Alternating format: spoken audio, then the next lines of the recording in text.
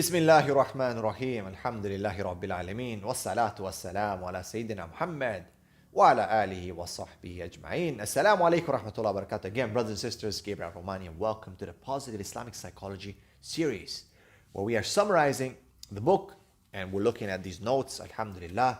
Barakallahu fikum. Prophet Muhammad al-Mahdi Jenkins, rahimahullah, and Dr. Abdul Aziz bin Azimullah, hafidhahullah. We are trying to understand how to solve the world problems. This is not just theory. This is not just a book that we're exploring. We're trying to see how can we solve the world's problem. What is the concept of da'wah? What did the prophets do? Did they just come and enforce things? Or did they help humanity change themselves? What is the concept of a counselor, of an imam, of someone who gives naseehah? The Prophet ﷺ said, Deen naseehah.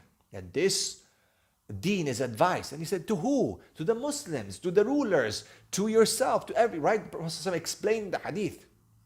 This is advice. This is counseling. We all need to remember and remind each other. وَذَكِّرْ فَإِنَّ الذِّكْرَ تَنْفَعُ الْمُؤْمِنِينَ. And remember, remind them, for indeed the reminder benefits the believer. We talked in the previous episode about the Khalifah model, the vicegerent of Allah subhanahu wa ta'ala on earth. But the question in today's episode that we're going to tackle is, how do we explain this to our children who are the future of this ummah?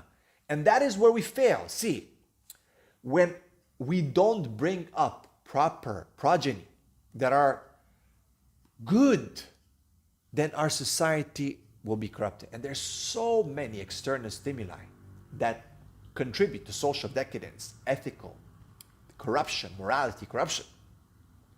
And guess what? Because our children being in their formative stages, it affects them so much. So it's our responsibility as Khalifa on this earth to make sure that we help the next generation and we push a positive circle that is going to produce the next or future leaders or champions of this ummah.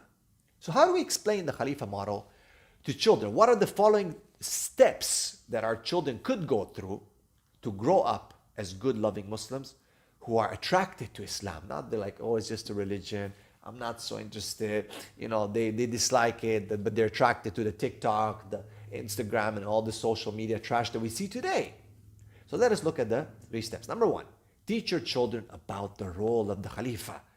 Do this in a way that basically lets them feel that this is important. Their heart grows to love this. This is the most exciting, glorious honor that they could receive. It's a responsibility. You give children purpose from the beginning.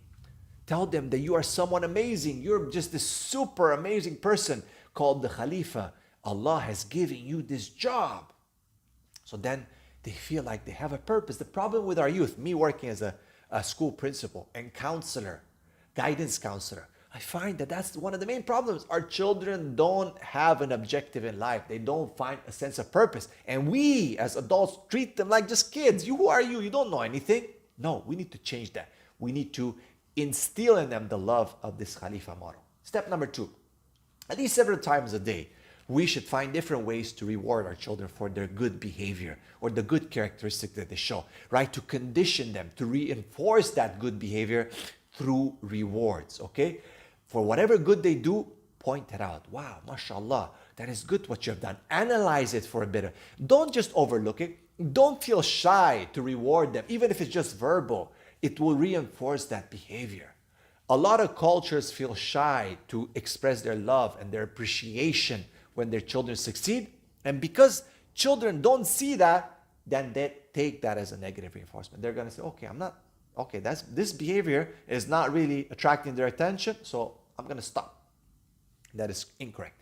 Number 3, set firm, reasonable rules for your children. Explain the reasons for these rules. A lot of people ask me, as a school principal, as a teacher, yeah, the world is so easy now. You know, the kids can do whatever they want, and we cannot even discipline. No, you have to have discipline, but make it clear, understandable. You have to have rules, but make sure that these rules make sense. Make sure they understand, not just smack here, smack there, okay, scream, this and that, because they won't understand. Make it rational. Let them understand. Even as young as they can get, you know, they do start understanding. So these are the 3 steps, inshallah, that I believe can change our children.